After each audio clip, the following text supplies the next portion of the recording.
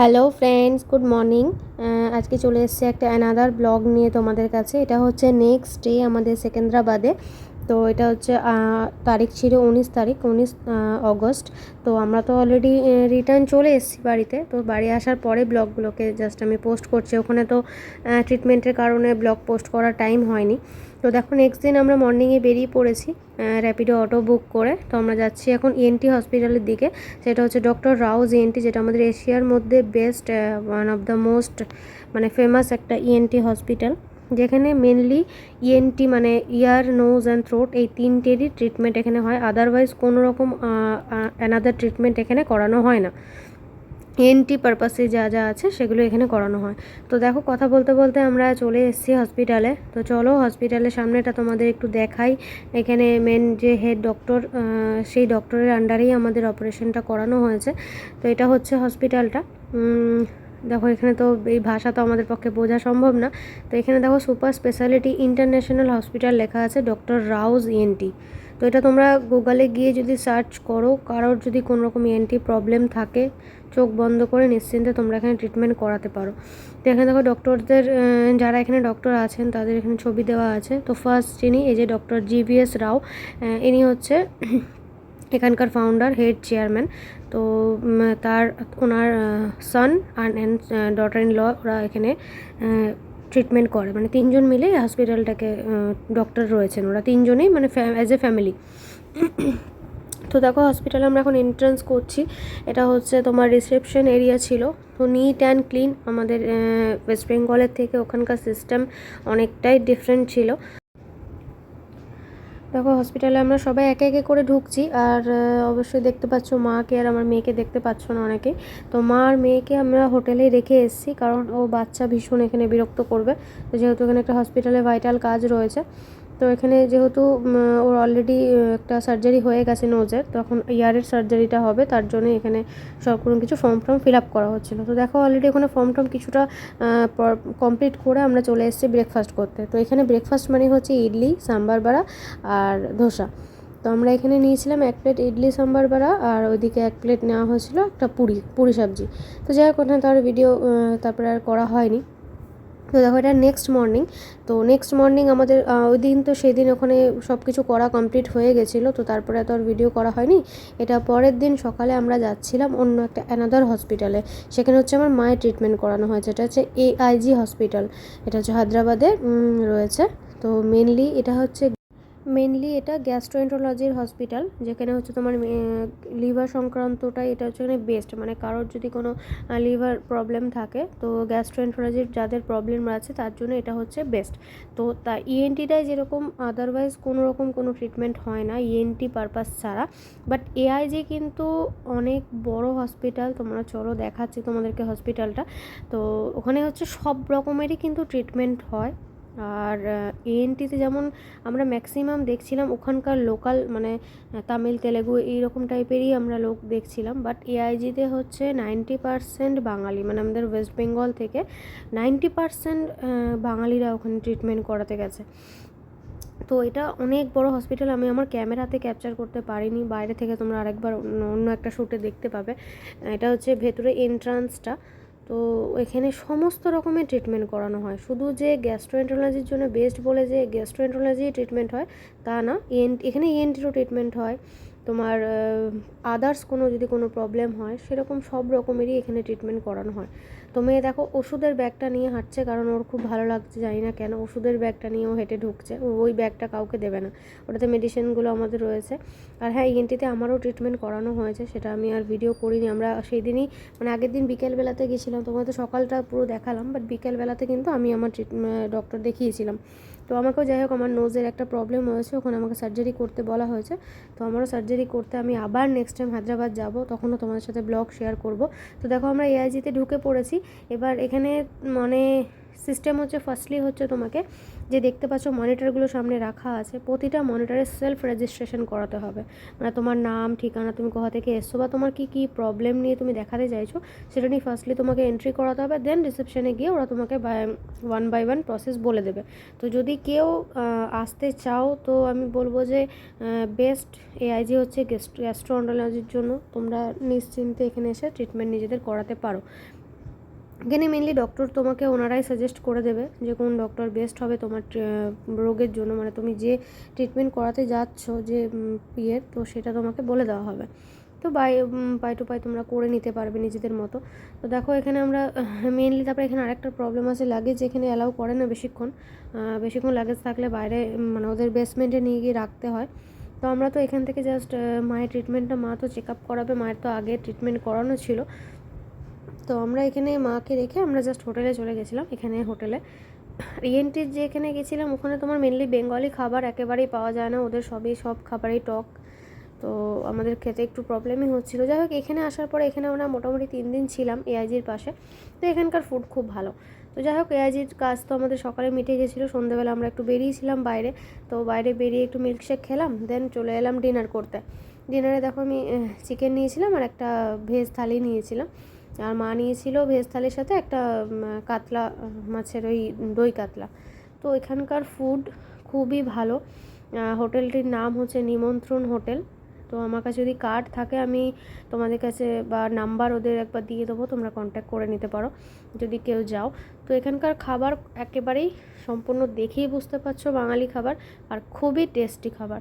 মানে এখানকার যারা স্টাফ রয়েছেন বা যে ওনার এখানকার, সেও কিন্তু বাঙালি। প্লাস এই জায়গাটায় প্রচুর বাঙালি হোটেল আছে, মানে জায়গায় জায়গায় হোটেল। তো যাই হোক, তো লাস্ট আমাদের তো এবার জার্নি কমপ্লিট। তো তারপরে তো আর সেইভাবে আর ভিডিও শ্যুট করা হয়নি। আমরা 2 দিন ওখানে ছিলাম, শরীরও খুব একটা ভালো ছিল না, তো ভিডিও শ্যুট করতে পারিনি। তো দেখো আমরা বেরিয়ে গেছি, ফেরার পালা।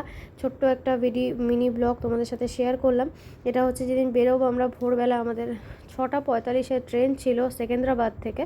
তো আমাদের ট্রেন, আমরা যখন ভোরবেলা উঠি আমি তখনই দেখছি, হঠাৎ আগের দিন চেক করা হয়নি, সকালে উঠে দেখছি আমাদের ট্রেন মোটামুটি 8 ঘন্টা মতো লেট দেখাচ্ছে।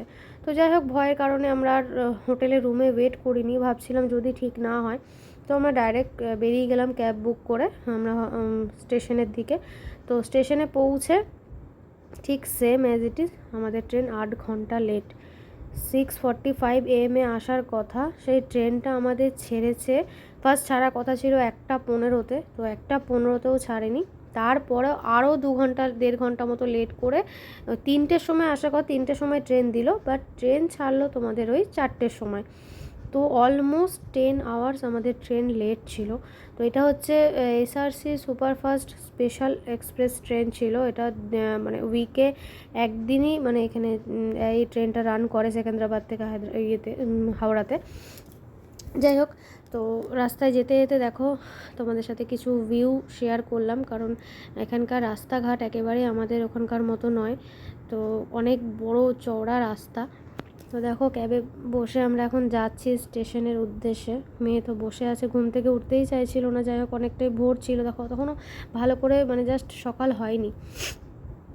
চলো, আমাদের তো ঘোরা কমপ্লিট, এবার স্টেশনে যাব। স্টেশনে পৌঁছে তো প্রচণ্ড বৃষ্টি হচ্ছিল, অঝোরে বৃষ্টি হচ্ছিল। প্রায় 1 থেকে 2 ঘন্টা আমরা স্টেশনে বসে বৃষ্টিতেই কাটিয়েছি। তারপরে যথারীতি যাই হোক এইভাবে টাইম কাটছিল, কোনো রকমে টাইম কাটিয়ে তো ট্রেনে উঠেছি। তো চলো এবার তোমরা দেখো, এবার স্টেশনে পৌঁছে গেছি। এবার আমরা নামবো ক্যাব থেকে নেমে ব্যাগ ট্যাগ গুটিয়ে তারপর আমরা স্টেশনে যাব। দেখো তোমায় যেটা বলছিলাম, বৃষ্টি তো প্রচণ্ড বৃষ্টি হচ্ছিল, আর আমরা যেখানটা বসছিলাম জানি না ভাগ্যক্রমে পাশ থেকে মানে ঝরঝর করে জল যাচ্ছিল। নিচে বসেছিলাম আমরা একটা প্লাস্টিক পেতে, তো বসতে উঠে পড়তে হলো। যাই হোক, তো এরপরে এটা তাও সকালেরই ভিডিও তোমাদের সাথে শেয়ার করছি। বৃষ্টির কারণে মানে খুবই প্রবলেমে আমরা পড়ে গেছিলাম, মানে মেয়ে তো কিছুতেই থাকছিল না। অনেক কষ্টে ওকে মানে মানিয়ে গুছিয়ে রাখা হয়েছে। দিয়ে এবার আমরা ট্রেনে দেখো উঠবো। তো এখানে বসে কি করবে, ও চিপস খাচ্ছে, এটা খাচ্ছে ওটা খাচ্ছে। খাবার তো ওখানে সেভাবে আমরা পাইনি ভালো, তাও একটা খাবার নিয়েছিলাম কোনো রকমে, জাস্ট মেয়েকে একটু খাইয়েছি, আমরাও একটু খেয়েছি। এরপর ধরো ট্রেনে অলরেডি চেপে গেছি। ট্রেনের এসি তো একদমই চলেনি, এসিটাও প্রবলেম করছিল, মানে আমাদের আসার জার্নিটা খুবই প্যাথেটিক ছিল। তারপর আর কি আমরা রাতে ডিনার করে শুয়ে পড়েছিলাম। দেখো পরের দিন সকালের একটা ভিডিও। তো আমার তো তোমাকে বললাম তোমাদের যে আমার একটা ট্রিটমেন্ট করানোর মানে আছে, সার্জারি করানো আছে, নোজের সার্জারি, সাইনাসের আমার একটা প্রবলেম আছে। তো সেটার জন্য কিছু মেডিসিন দিয়েছে 10 দিনের জন্য। তো বলেছে যে 10 দিন খাওয়ার পর বন্ধ করে দিতে, আবার যখন আমি সার্জারি করব তার কদিন আগে থেকে খেতে হবে, তোর সাথে কন্ট্যাক্ট করতে হবে আমাকে, করে ওষুধ মেডিসিনটা আবার আমাকে স্টার্ট করতে হবে। তো মেডিসিনটা 2-1 দিন ধরে খাচ্ছি, তো আমি কিছুটা রিলিফ পেয়েছি খাওয়ার পরে। বাট আমার এসি ঠান্ডা একেবারেই মানে শ্যুট করে না। এসিতে থাকলে বা ঠান্ডা জল খেলে আমার ঠান্ডা লেগেই যায়, আর প্রচণ্ড পরিমাণে হাঁচি হয়, একটুতেই ঠান্ডা লাগলেই হাঁচি হয়। তো এটাই আমার মেন প্রবলেম। আর প্লাস মাইগ্রেন তো আছেই, ঠান্ডা লাগার জন্য মাইগ্রেনেরও একটা প্রবলেম আছে। তো যাই হোক, দেখো কিছু করার নেই, শরীর থাকলে রোগ তো থাকবেই। এরপরে দুপুরে লাঞ্চ অর্ডার করেছিলাম আমি অনলাইনে, ফ্রাইড রাইস আর চিলি চিকেন। মানে অনলাইনে এটা আইআরসিটিসিরই একটা অ্যাপ আছে, ওখান থেকেই ফুড অর্ডার করলে ওরা একদম ট্রেনের সিটে তোমাকে পৌঁছে দিয়ে যাবে। তো যদি কারোর এটার বিষয়ে ইনফরমেশান দরকার হয় আমাকে কমেন্ট করো, আমি বলে দেবো কীভাবে কী করতে হয় না হয়। তো যাই হোক, লাঞ্চটা খুব ভালো ছিল। আর আমরা ওখান থেকে এসে এটা আই থিঙ্ক ওই কটক বা ভুবনেশ্বর ওই সাইডেই আমি মনে হয় অর্ডারটা করেছিলাম, আমার ঠিক এখন মনে পড়ছে না। তো ওখানে বাঙালি রেস্টুরেন্ট ছিল, ওটা দেখে নিতে হবে। সব রেস্টুরেন্ট বাঙালি থাকে না, সাউথ ইন্ডিয়ান, নর্থ ইন্ডিয়ান সব রকমই লেখা থাকে। তো আমি বাঙালি দেখেই বেঙ্গলি ফুডই অর্ডার করেছিলাম, সত্যি খুব ভালো ছিল। ফ্রাইড রাইস চিলি চিকেন আমি আমার জন্য নিয়েছিলাম, আমার মেয়ের জন্য ভাত ডাল আর একটা ডিম সিদ্ধ নিয়েছিলাম। তো ওখানে এগ বয়েল এগও ওরা দিয়ে দেয়, ওদের মেনুতে থাকে না, বাট ওরা যখন কনফার্ম করে তখন ওরা দিয়ে দেয়। তো যাই হোক, দেখো আমরা পৌঁছে গেছি। আমরা সাঁতরাগাছি যাইনি, খড়গপুরে নেমে গেছিলাম, দাদা এসেছিলো আমাদের গাড়ি নিয়ে নিতে, কারণ সাঁতরাগাছি পৌঁছাতে আরও অনেক রাত হয়ে যেত, তখন আমরা কোনো বাস ক্যাব কিছুই পেতাম না। তো খড়গপুর থেকে নেমে দেখো একটা জাস্টিসে তোমাদের কাছে লাইভও আমি শেয়ার করেছিলাম। যাই হোক, তো দেখো রাস্তা অনেকক্ষণের রাস্তা ছিল, প্রায় 5:30-6টায় আমরা ট্রেন থেকে নেমেছিলাম, দাদা পৌঁছেছিল 7টার সময়। তো আমরা 7:30টায় গাড়ি ছেড়েছি, রাত 1:30টার সময় আমরা বাড়ি ফিরেছি। তো রাস্তায় জ্যাম ছিল, শুধুমাত্র ওই সেদিন মিছিলটা বেরিয়েছিল, সবাই জানো আরজি করের ঘটনাটার ব্যাপারে। তো চলো, ভিডিওটা কেমন লাগলো অবশ্যই জানিও। আমি তো চেষ্টা করলাম অনেক কিছু ইনফরমেশান দেওয়ার, যেটা আমি গেছি বা যেটা আমি ফিল করেছি, যেভাবে ট্রিটমেন্ট করেছি, সমস্ত রকমই তোমাদের কাছে ইনফরমেশান দিলাম। যদি এক্সট্রা আর কিছু ইনফরমেশান চাও তো আমাকে কমেন্ট করো, কমেন্ট সেকশনে জানিও, আমি নিশ্চয়ই তার অ্যান্সার একটা অন্য ব্লগে দিয়ে দেবো। তো রাস্তায় আমরা দাঁড়িয়েছিলাম এখানে ডিনার করতে, রুটি তড়কা আর পনির মশলা একটা অর্ডার করেছিলাম। তো আমরা ডিনার করে আবার বেরিয়ে গেছি। তো বাড়ি পৌঁছেছি রাত 1:30টার সময়। তো আর তারপরে তো আর ব্লগ করা হয়নি ডিনার করার পরে। তো চলো, ব্লগটা কেমন লাগলো অবশ্যই কমেন্ট করো, যদি কিছু জানতে চাও নিশ্চয়ই কমেন্ট করো, নেক্সট ব্লগে তোমাদের সাথে শেয়ার করে দেবো। আর ভিডিওটা কেমন লাগলো সেটা তো নিশ্চয়ই একবার পারলে কমেন্ট করে জানিও, তাহলে ভিডিও বানানোর উৎসাহটা আরও বেশি করে পাবো। সবাই ভালো থেকো, সুস্থ থেকো, আর আমাকে অবশ্যই ফলো করো যদি ভালো লাগে আমার ভিডিও। তো চলো, টাটা।